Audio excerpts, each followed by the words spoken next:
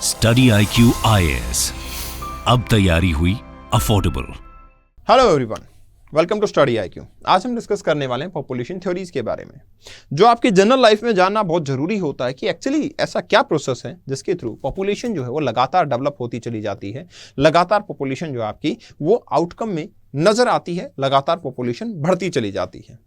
तो इसके लिए बहुत सारे ज्योग्राफर रहे, ज्योग्राफर ने अलग अलग पॉपुलेशन थ्योरीज को प्रपोज किया। इन ज्योग्राफर के बारे में हम डिस्कस करने वाले हैं, जिसमें सबसे इंपॉर्टेंट ज्योग्राफर आते हैं माल्थ्यूस। अच्छा, माल्थ्यूस के बारे में एक इंपॉर्टेंट चीज मैं बताना चाहूंगा। देखो, इन्होंने बहुत परेशान आके ज्योग्राफी की पॉपुलेशन थ्योरी दी थी। क्यों? क्योंकि ये अपनी फैमिली में थे 6 चाइल्ड, मतलब ये अपने 7 बहन भाइयों में से छठे बच्चे थे फैमिली में। तो वो खुद ही पॉपुलेशन से परेशान थे, तो उसके चलते उन्होंने पॉपुलेशन थ्योरी को प्रपोज किया था। अब जब उन्होंने पॉपुलेशन थ्योरी को प्रपोज किया तो जरा देख लेते हैं कि क्या पॉपुलेशन थ्योरी इन्होंने यहां पे प्रपोजल में दी। तो रॉबर्ट थॉमस माल्थ्यूस एसोसिएटेड की उन्होंने क्या किया, एक ऐसे लिखा था, ऐसे on the principle of population. ठीक है, 1798 के अंदर उन्होंने एक ऐसे लिखा, essay of on the principle of population. Malthus का जो ऑब्जेक्शन था that was that the pressure increases the population on food. कि उनका सिंपल सा कहना यह था कि भाई जैसे प्रेशर बढ़ेगा किसके ऊपर, फूड पे। कब बढ़ेगा? जब पॉपुलेशन बढ़ेगी। तो इनका सिंपल सा कहना था कि प्रेशर जो है वो फूड के ऊपर बढ़ता जाएगा जब पॉपुलेशन बढ़ती जाएगी। एक टाइम ऐसा आएगा कि आपका जो सिचुएशन है वो अनबियरेबल होगी, कॉम्प्लिकेटेड हो जाएगी। अब जब सिचुएशन अनबियरेबल होगी और कॉम्प्लिकेटेड होगी तो उसमें मैनकाइंड का नंबर अपने आप ही रिड्यूस होना स्टार्ट हो जाएगा। ये माल्थ्यूस का कहना था। मतलब इन टोटल माल्थ्यूस ये कहना चाहते थे कि पॉपुलेशन जो है वो फूड स्कैर्सिटी की वजह से एक दिन अपने आप खत्म हो जाएगी, एक दिन अपने आप पॉपुलेशन डिक्रीज होना स्टार्ट होगी। तो माल्थ्यूस ने कुछ डेटा भी दिया था। उससे पहले एक इंपॉर्टेंट इंफॉर्मेशन मैं आपको देना चाहूंगा। स्टडी IQ का ज्योग्राफी ऑप्शनल 2024 के लिए आपका बैच जो है वो 27 फरवरी से स्टार्ट होने वाला है। तो अगर आपको इस बैच में एडमिशन लेना है तो आप यहां पे कपिल लाइव का कोड यूज करके एडमिशन ले सकते हैं। आपको मैक्सिमम डिस्काउंट दैट इज 11,999 में एडमिशन मिलेगा, जिसमें आपको हैंडमेड नोट्स, क्रिस्प नोट्स, आपके क्रक्स जो हैं, आपका live lecture, doubt session, everything will be available along with the answer writing practice. Class में ही आपको करवाई जाएगी, मॉडल आंसर के साथ आपको सोल्यूशन मिल जाएंगे। हाँ, तो माल्थ्यूस का क्या कहना था? माल्थ्यूस ने कुछ डेटा प्रेजेंट किया था। किस टाइप का डेटा था? माल्थ्यूस का कहना था कि देखो, पॉपुलेशन जो है जब डेवलप होती है तो वो डेवलप होती है आपके ज्योमेट्रिक प्रोग्रेशन की तौर पे, जीपी बोलते हैं जिसको, ज्योमेट्रिक प्रोग्रेशन। मतलब आज पॉपुलेशन का नंबर 1 है तो कल 2 होगा, कल फिर 3 होगा, 2 से 4 होगा, 4 से 8 होगा एंड सो ऑन। जैसे कि यहां पे है GP 1, then 2, then 4, then 8, 16, 32 and so on. ये पॉपुलेशन का नंबर नजर आता है। वहां पे माल्थ्यूस का यह भी कहना था कि फूड जो है वो अर्थमेटिक प्रोग्रेशन में बढ़ता है। मतलब जैसे कि 1, फिर 2, फिर 3, 4 एंड 5 एंड 6 एंड 7। तो मतलब ये हुआ आफ्टर 200 ईयर्स अगर मैं बात करूं तो पॉपुलेशन होगी 256, और उसी टाइम पे आफ्टर 200 ईयर फूड होगा ओनली 9। तो मतलब ये हुआ कि अगर ये प्रोसेस चलता रहा तो आपकी स्कैर्सिटी अपने ऑप्टिमम लेवल पे होगी, फूड स्कैर्सिटी ऑप्टिमम लेवल पे होगी। तो यही सिचुएशन होगी जब आपका क्या होगा, पॉपुलेशन जो है एक दूसरे को मारना काटना शुरू करेगी, पॉपुलेशन अपने आप डिक्रीज हो जाएगी। माल्थ्यूस ने ये बताया कि देखो, इस चीज को हम रोक सकते हैं, मतलब पॉपुलेशन की ग्रोथ को रोक सकते हैं। 2 टाइप के सजेशन दिए थे, एक थे प्रिवेंटिव चेक्स और एक थे पॉजिटिव चेक्स। मतलब माल्थ्यूस ने 2 सजेशन दिए, प्रिवेंटिव चेक्स और पॉजिटिव चेक्स। प्रिवेंटिव चेक्स में इन्होंने कुछ अच्छी चीजों के बारे में बात की, जैसे कि भाई मैरिज को लेट कर दो, लेट मैरिज होगी, प्रोडक्शन कम होगा, अपने आप पॉपुलेशन कंट्रोल हो जाएगी। या फिर इन्होंने बोला कुछ स्मॉल रेस्टोरेंट, जैसे हमारे यहाँ होता है ना, हम 2 हमारे 2, ऐसा बोला जाता है सोसाइटी में। हमने इतना फैला दिया कि जिससे 2 से ज्यादा बच्चे होते तो आजकल पूछा जाता है कितने बच्चे, 3 या 4। अगर कोई बोल देता तो हम थोड़ा सा ऐसी नजर से देखते हैं कि ओ माय गॉड, ये तो ज्यादा नंबर हो गया है। तो ये हो गया आपका प्रिवेंटिव चेक्स। उसके अपोजिट साइड में होता है पॉजिटिव चेक्स। पॉजिटिव चेक्स का मतलब वाइस, मिजरी, वॉर, फेमाइन, ये सब चीजें, मतलब फूड हो गया, फूड की स्कैर्सिटी हो गई, कोई एक्सटर्नल क्लैमिटीज आ गई, ये सब पॉजिटिव चेक्स में आते हैं। तो माल्थ्यूस ने बोला कि ये भी एक नेचर का बैलेंस करने का तरीका है। Let it happen, let the people die, ताकि पॉपुलेशन जो मैनेज रहे। ये माल्थ्यूस का मानना था। अब क्या होता है, देखो, ऐसी कोई थ्योरी प्रपोज करने के बाद माल्थ्यूस को काफी क्रिटिसाइज किया जाता है। क्यों क्रिटिसाइज किया जाता है? पहली चीज तो माल्थ्यूस के क्रिटिसिज्म में ये है कि इन्होंने एक मैथमेटिकल फॉर्मूला दिया। क्या दिया? कि भाई पॉपुलेशन बढ़ती है 1, 2, 4, 8, 16, और इन्होंने बोला हर 25 साल में पॉपुलेशन डबल हो जाती है। लेकिन ये जो मैथमेटिकल कैलकुलेशन है, इट इज क्वाइट रॉन्ग। ये मैथमेटिकल कैलकुलेशन है करीबन हम ये कहते हैं गलत है। क्यों है? कारण सिंपल है, देखो बहुत सारी ऐसी कंट्रीज हैं, जैसे ऑस्ट्रेलिया हो गया, ऑस्ट्रेलिया की पॉपुलेशन को डबल होने में, रशिया की पॉपुलेशन को डबल होने में इनफाइनाइट टाइम लगेगा, अनंत तक का टाइम लग जाएगा, वो पॉपुलेशन डबल नहीं होगी। मतलब इनका जो डेटा था वो गलत था। दूसरा, इन्होंने बोला था कि अर्थमेटिक प्रोग्रेशन के हिसाब से फूड बढ़ता है 1 2 3 4 ऐसे नंबर में, लेकिन इंडिया में जब ग्रीन रेवोल्यूशन हुआ तो ये अर्थमेटिक नहीं, ये मल्टीप्लायर इंपैक्ट के अंदर फूड का प्रोडक्शन बढ़ा था। तो मतलब ये हुआ कि इन्होंने जो नई टेक्नोलॉजीज आएंगी, न्यू एरा आएगी, उसको भी कुछ रेलेवेंस में नहीं रखा। तीसरी चीज, भाई ऑब्वियस सी बात है, जो पीरियड ऑफ टाइम को डिफाइन किया तो एक इकोनॉमिक्स का स्टैटिक लॉ लगा दिया। देखिए ह्यूमन जो है वो कोई इकोनॉमिकल स्टैटिक लॉ नहीं है, कोई रूल नहीं है कि इतना परसेंट इंटरेस्ट रेट इतना वैल्यू एड ऑन हो जाएगा, नहीं, इट इज ह्यूमन नेचर जो सोसाइटी के हिसाब से रन होती है। तीसरी चीज देखो, यहां पे इन्होंने क्या बात की माल्थ्यूज ने, कि when population increases there is increase in the demand of food. लेकिन माल्थ्यूज ने ये कैसे सोच लिया, मतलब माल्थ्यूज वर थिंकिंग कि a person will come only with the mouth and stomach, but he forgot कि a person also comes with the hand and the brain. अपने हाथों और माइंड के साथ में भी आता है बंदा, तो इनोवेशंस तो वहां भी करता है। तो वो चीज को माल्थ्यूज ने कहीं ना कहीं मैन पावर को नेग्लेक्ट किया था, मैन पावर को गलत बताया था। दूसरा, देखिए माल्थ्यूज ने कोरिलेशन दिखाया कि एक एरिया में पॉपुलेशन डेवलपमेंट और फूड के बारे में, लेकिन क्या आदमी जो फूड प्रोड्यूस नहीं करता, क्या वो सर्वाइव नहीं करता? करता तो है। मतलब बहुत और भी तरीके होते हैं ना जिसके थ्रू वेल्थ डेवलप होती है। तो माल्थ्यूज को instead of food development wealth के बारे में बात करना चाहिए। Malthus not related food supply to the total wealth, वो फूड सप्लाई के ऊपर ही फोकस करता रहा, टोटल वेल्थ की उसने बात नहीं की, ये डिफरेंस नजर आता है। दूसरा, माल्थ्यूज ने क्या किया, भाई आपके जो गवर्नमेंट के स्टेप्स होते हैं कुछ, ठीक है ना, इंपॉर्टेंट गवर्नमेंट स्टेप्स होते हैं, या फिर आपका क्या है, कोई अदर जो स्कीम आती है, या सोशल रेस्ट्रेंट आते हैं, या फिर आपके कॉन्ट्रासेप्टिव आते हैं, इन सब चीजों को क्या किया, नेग्लेक्ट कर दिया, वो चीजों को भी काउंट नहीं किया। तो ये भी एक दिक्कत वाली बात है। दूसरा, increase in population result in declining of the death rate, ये पॉपुलेशन के अंदर बोला। तो देखो यहां पे क्या बोला इन्होंने कि बर्थ रेट के बारे में, बर्थ रेट बढ़ जाएगा। एक्चुअली माल्थ्यूज का ये भी कहना था कि जो अपोजिट सेक्स की अट्रैक्शन होती है ना, उसकी वजह से भी पॉपुलेशन डेवलपमेंट होता है। तो माल्थ्यूज ने ये नहीं बताया कि यार डेथ रेट कम होने से भी पॉपुलेशन बढ़ सकती है। अब मेडिकल इंडस्ट्री आ गई, डेथ रेट कम हो गया तो भी तो पॉपुलेशन बढ़ गई ना। ये सिर्फ फूड सप्लाई और population, sex ratio, sex attraction, इसकी बात नहीं है। बात ये भी है कि डेथ रेट का चेंज होना। तीसरी चीज, इंपेरिकल एविडेंसेस ये बताते हैं, भाई हमारे पास कुछ डेटा ऐसा भी तो है जो ये बताता है कि 25 ईयर में पॉपुलेशन डबल नहीं होती, इनफाइनाइट टाइम लग जाता है। तो वो भी एक प्रॉब्लम है, वो भी माल्थ्यूज ने नहीं बताया। दूसरा, प्रिवेंटिव चेक्स, ये आपकी मोरल रेस्ट्रेंट के अंदर नहीं आते। मतलब देखो प्रिवेंटिव चेक्स इन्होंने बोला, preventive checks do not pertain to moral restraint. Preventive checks में ऐसा भी होता है, लेट मैरिजेस जैसे हो गया, या फिर आपका कॉन्ट्रासेप्टिव हो गया, ये सब चीजें तो यूज कर सकते हैं ना, तो ये इससे भी पॉपुलेशन कंट्रोल हो सकती है। तीसरी चीज, माल्थ्यूज ने बोला दो अपोजिट सेक्स के बीच में जो अट्रैक्शन है वो पॉपुलेशन के बढ़ने का कारण है, लेकिन सेक्सुअल डिजायर और हैविंग ए चाइल्ड, ये दोनों चीजें अपने आप में काफी डिफरेंट होती हैं। ये एक फिजिकल नीड है, ये एक सोशल नीड है। तो सोशल और फिजिकल नीड के अंदर दिन रात का अंतर होता है। So it's not a same kind of things, ये दोनों चीजें सेम नहीं हो सकती। सोशल नीड अलग होती है, सेक्सुअल डिजायर अलग होती है, उनमें डिफरेंस होता है, राइट।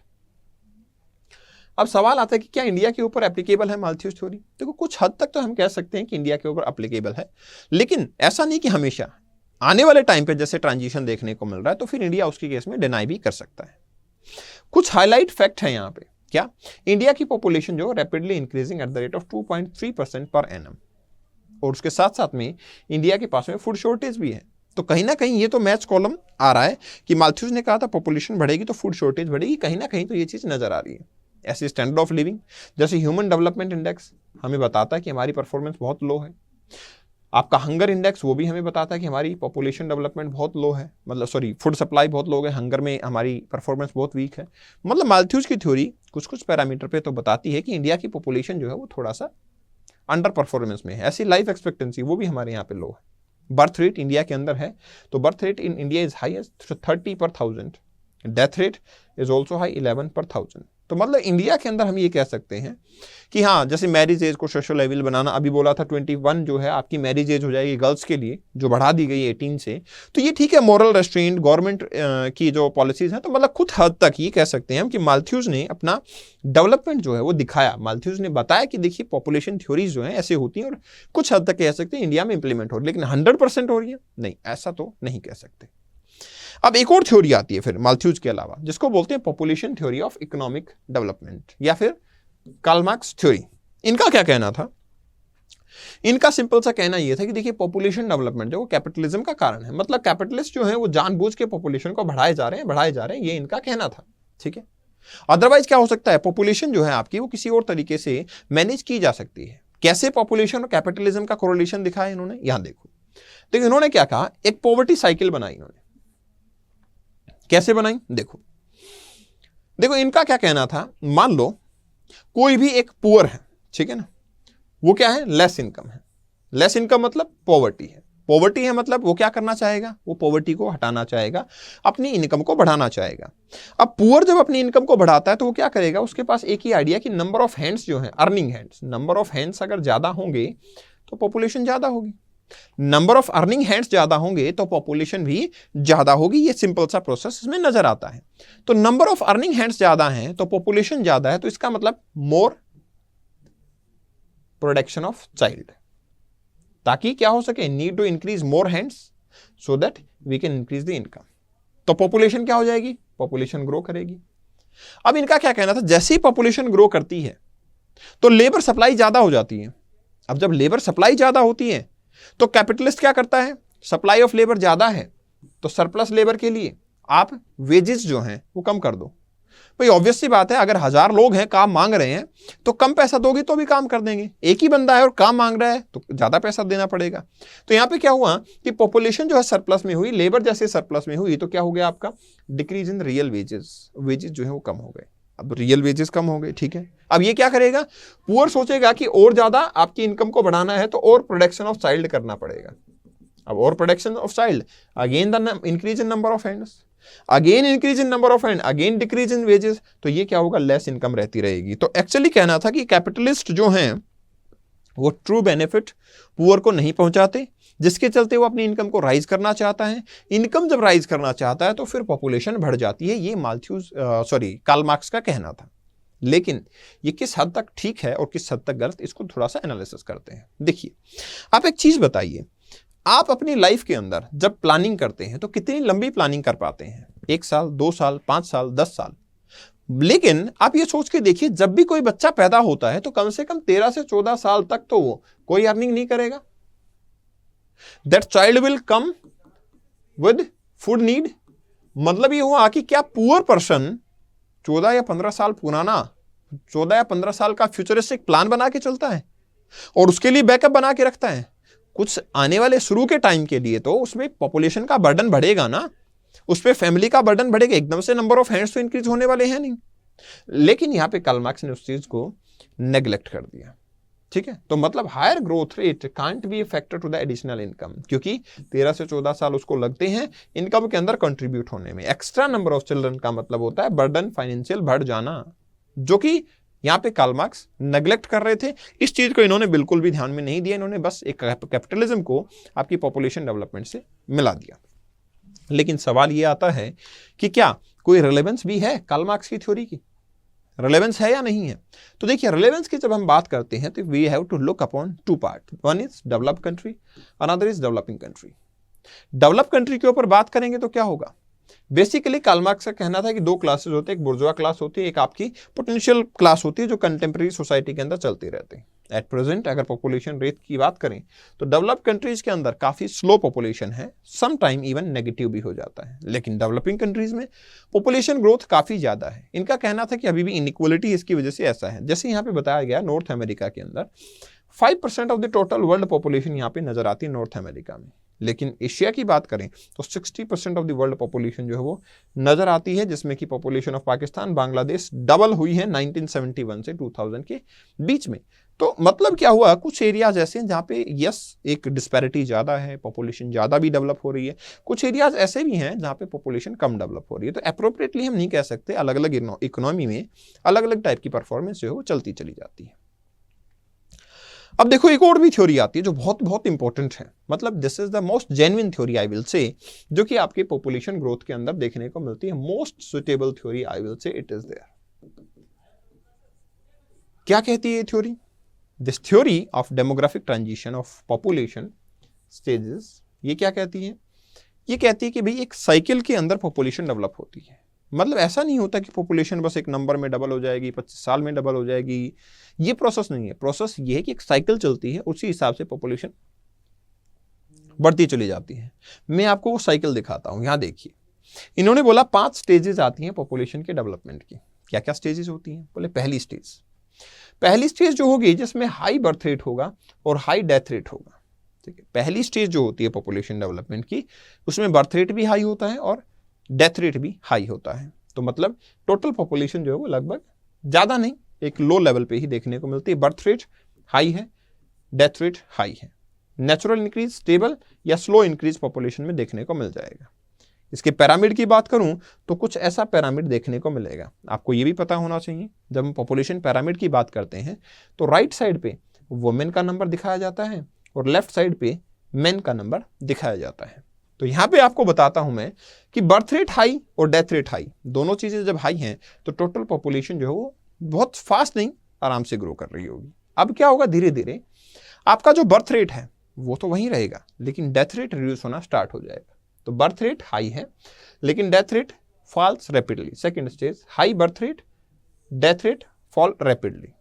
आपका जो पैरामिड है वो आपके कौन से ट्रायंगुलर टाइप पैरामिड बन जाता है, कुछ ऐसा पैरामिड देखने को मिलता है। अब देखो, बर्थ रेट हाई है, डेथ रेट कम हो चुका है, ये वो स्टेज है जिसमें रैपिड पॉपुलेशन ग्रोथ देखने को मिलेगी। ठीक है, ये वो स्टेज है जिसमें रैपिड पॉपुलेशन इंक्रीज होना स्टार्ट हो जाएगी।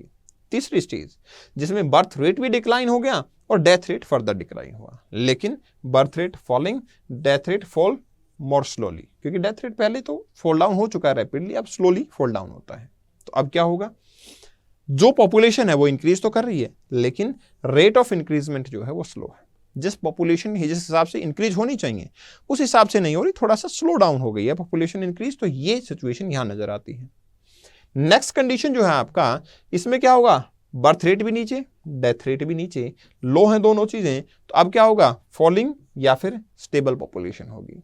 और फाइनली आपके पास आ जाती है स्टेज 5। जो स्टेज 5 है, it is yet to be seen, जिसके अंदर क्या होगा आपका, लो तो आपका क्या होगा, बर्थ रेट जो है पॉसिबिलिटी बहुत ही लो हो जाएगा और डेथ रेट तो लो रहेगा ही रहेगा, कुछ ऐसी लिटिल चेंज पॉपुलेशन में होगा। ये वो कंडीशन है जिसमें मे बी इनफाइनाइट से ज़्यादा भी टाइम लग जाए और कई बार पॉपुलेशन इंक्रीज होने की बजाय डिक्रीज भी होना स्टार्ट कर देती है, ये कंडीशन आ सकती है। तो ये पॉसिबिलिटीज आपकी 5 स्टेजेस में नजर आती हैं ट्रांजिशन थ्योरी में।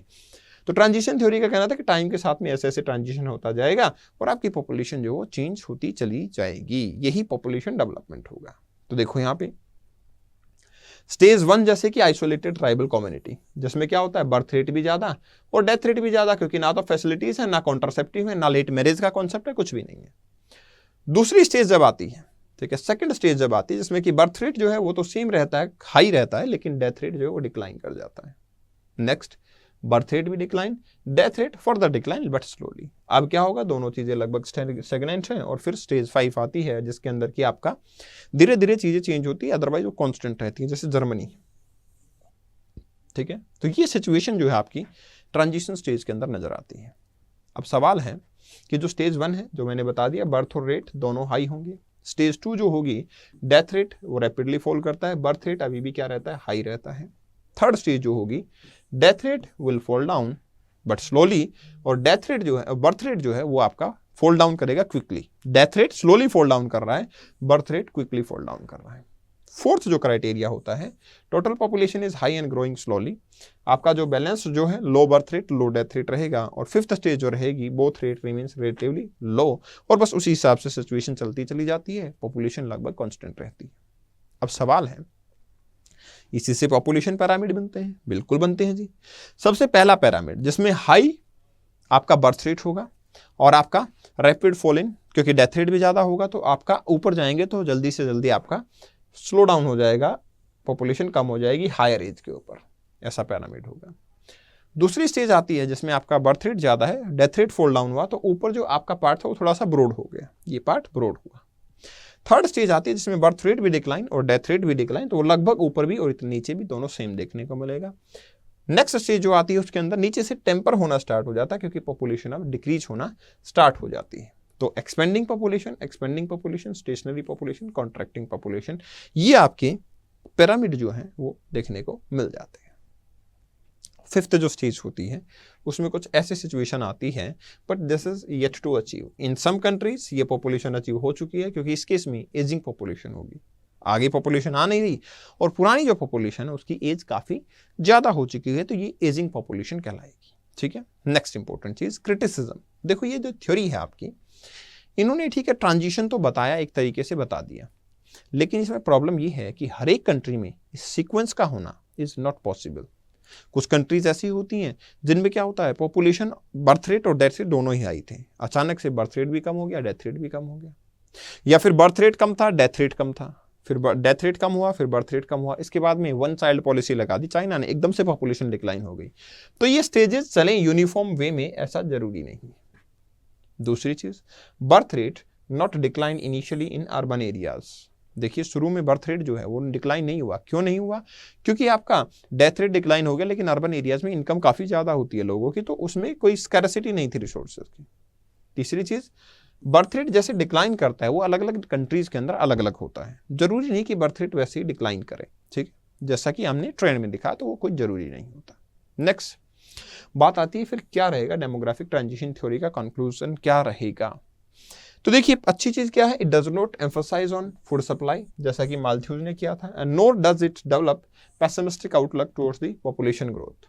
तो it is also superior to optimum theory, क्योंकि हम ये कह सकते हैं कि ठीक है किसी लेवल तक तो हम ये कह सकते हैं कि ये स्टेजेस जो हैं वो आती हैं, इसको फॉलो करते हैं, लेकिन रिजिडली फॉलो होगा तो वो हम ये नहीं कह सकते। अच्छा, माल्थ्यूज ने जो पॉपुलेशन डेवलपमेंट दिया उसमें सिर्फ फूड की बात की तो वो दिक्कत थी, मार्क्स ने कैपिटलिज्म की बात की तो वहां पे भी प्रॉब्लम थी। तो ये थ्योरी जो है वो उनके कंपैरिजन में काफी ठीक लेवल पे नजर आती है, इसलिए हम इस थ्योरी को फॉलो करते हैं। अब देखो इसके अलावा भी और थ्योरीज हैं, क्या, social capillarity theory of Dumont. Social capillarity theory में क्या कहना था इनका कि देखिए जब सोसाइटी के अंदर किसी भी इंडिविजुअल का स्टेटस बढ़ता है, ठीक है, डेवलपमेंट होती है किसी इंडिविजुअल की, तो वो धीरे धीरे नंबर में कम होता चला जाता है। कैसे, देखो इनका कहना था सोशल अट्रैक्शन और repulsion to a thing is known as social capillarity. इनका कहना था development of number in a nation is inverse to the development of individual. मतलब अगर नंबर बढ़ा तो इंडिविजुअल डेवलप नहीं होगा, इंडिविजुअल बढ़ा तो फिर नंबर डेवलप नहीं होगा। तो ये इनका कहना था कि एक सोशल कैपिलरिटी के अंदर अगर आपको बढ़ना है, ऊपर उठना है, तो फिर आपका नंबर का कम होना ये जरूरी है। तो according to him the direct cause of decline in the birth rate was the movement of individual from lower to the upper class. मतलब लोअर क्लास से हायर क्लास में जाना ये था। मतलब the individual tends to rise to the higher level in his social environment by a process similar to the physical capillarity. भाई जैसे physical capillarity होती है, पाइप अगर बढ़ गया तो कैपिलरी एक्शन के थ्रू जो पानी ऊपर जाता वो नहीं जाएगा, डायमीटर छोटा है तो फिर एक पाइप आपकी ऊपर हाइट तक चला जाएगा। तो यही पर्सपेक्टिव इनका था कि एक कैपिलरिटी एक्शन जो है इसी तरीके से चलता चला जाता है, इसी तरीके से इंप्रूवमेंट जो है इसमें देखने को मिल जाता है। According to Dumont there are 3 principles of population that are related to the stage of social development. क्या क्या प्रिंसिपल होंगे, देखो पहला प्रिंसिपल होता है जिसको बोलते हैं प्रिवेंटिव स्टेज। मतलब Malthus theory of population applies where human being live like animal. ठीक है, ये स्टेज वो है प्रिवेंटिव स्टेज जहां पे माल्थ्यूज की थ्योरी भी इंप्लाई होती है कि एनिमल की तरह लोग रहते हैं, जितना फूड उतने पॉपुलेशन, बस ऐसा ही चलेगा। From what we can find they increase in geometric progression, ऐसा पढ़ा हमने माल्थ्यूज की थ्योरी में। दूसरी स्टेज जो होती है वो होती है इंटरमीडिएट स्टेज। इस स्टेज में क्या होता है, population increase as the food supply increases because the population can produce food supply itself, so here positive checks do not become necessary. क्योंकि पॉपुलेशन आती है तो अब दूसरी चीज ही होगी कि इनोवेशन करती है, फूड सप्लाई भी बढ़ा लेगी, कोई दिक्कत नहीं आएगी। और तीसरा होता है सिविलाइज सोसाइटी, जिसके अंदर क्या सिचुएशन होगी, सोशल कैपिलरिटी होगी। देखो पहले फूड सप्लाई नहीं था, फूड और पॉपुलेशन, फिर फूड सप्लाई की टेंशन नहीं हुई, पॉपुलेशन चलती चली गई। तीसरी, अब फूड सप्लाई के ऊपर मैटर ही नहीं है, अब मैटर है इंडिविजुअल की वांट्स के ऊपर। हायर इकोनॉमिक और सोशल स्टेटस एक इंडिविजुअल चाहता है, स्मॉल फैमिलीज जो है उसका कॉन्सेप्ट आ जाता है, और इसलिए स्मॉल फैमिलीज के अंदर ग्रोथ देखने को मिल जाती है। यही आपका क्या होता है, social capacity is not available in A socialist society. ठीक है, क्योंकि सोशलिस्ट सोसाइटी के अंदर क्या होता है, कोई कंपटीशन नहीं होता, कोई इंडिविजुअलिज्म नहीं होता, तो पॉपुलेशन बढ़ती चली जाती है, ऐसा इनका कहना था। ठीक है, क्रिटिसिज्म क्या है, क्रिटिसिज्म ये है कि यार सोशल कैपेबिलिटी थ्योरी जो है ना, उसके अंदर सबसे पहले तो एक यूनिवर्सल ट्रूथ नहीं है ये। कैसे, इनका कहना था कि जैसे कोई सोशल स्टेटस में बढ़ेगा उसके नंबर ऑफ चिल्ड्रन कम होंगे। आप एलोन मस्क की बात कर लो, आप लालू प्रसाद की बात कर लो, आप कितने भी ऐसे एग्जाम्पल हमारे पास उठा के देखो, डोनाल्ड ट्रंप की बात कर लो, मतलब ऐसा जरूरी नहीं कि सोशल कैपेबिलिटी में जो बढ़ा उसके नंबर ऑफ चिल्ड्रन कम थे, ऐसा जरूरी नहीं है। दूसरा, nature of factors, other factor का क्या होगा भाई, कोई एक्सटर्नल क्लेमिटीज आ गई, कोई डिजीज स्प्रेड हो गया, कोई आपका कंपटीशन हो गया, वो ये सब सिचुएशन जो है वो भी तो इंक्लूड होती हैं। इसके अलावा सोशल स्टिग्मा नाम की भी चीज होती है, तो वो भी नहीं लिया इन्होंने। तो आई कैन से कि देखो सोशल कैपेबिलिटी में बढ़ना वो ग्रेविटेशन फोर्स और सोशल कैपेबिलिटी तक ठीक था, लेकिन पॉपुलेशन में उसको इंप्लीमेंट करना तो कॉन्सेप्ट कुछ समझ में नहीं आता, हजम नहीं होता, कुछ क्लैरिटी ऑफ कॉन्सेप्ट जो इसमें देखने को नहीं मिलता।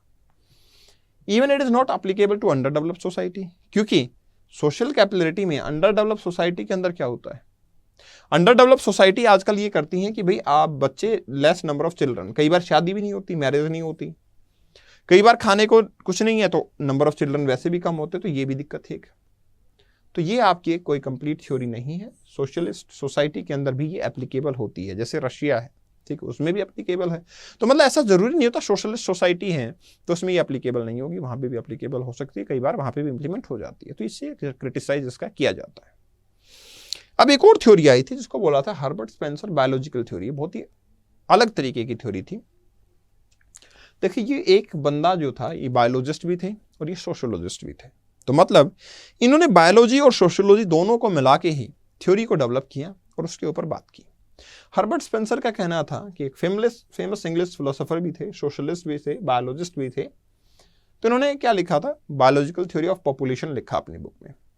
इनका आर्ग्यूमेंट ये था कि फेकेंडिटी जो है, मतलब प्रोडक्शन करने की जो कैपेबिलिटी है वो डिक्रीज हो जाती है जब कोई कॉम्प्लेक्सिटी लाइफ में बढ़ती है। तो कॉम्प्लेक्सिटी का मतलब था, इनका कहना था कि एक इंडिविजुअल जब आपका रिसर्च करता है, थिंकिंग करता है, कोई माइंड से जो काम करने वाली चीजें होती है वो करता है, तो इनकी फेकेंडिटी कम हो जाती है, उनका जो है प्रोडक्शन कम हो जाता है।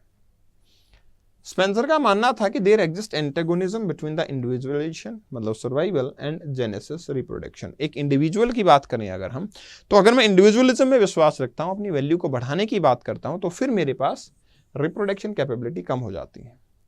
When any individual does the hard work, तो फिर क्या होगा, हर personal development at his work place, the desire for reproduction decreases. कि मान लो इनका कहना ये है कि अगर कोई अपने आप को ज्यादा टाइम देता है, अपने काम को टाइम देता है, अपनी चीजों को बढ़ाता, अपनी वैल्यू को बढ़ाता है, तो फिर वो वर्क प्लेस पे ज्यादा टाइम देता है, उसकी डिजायर ऑफ रिप्रोडक्शन वो खत्म हो जाती है।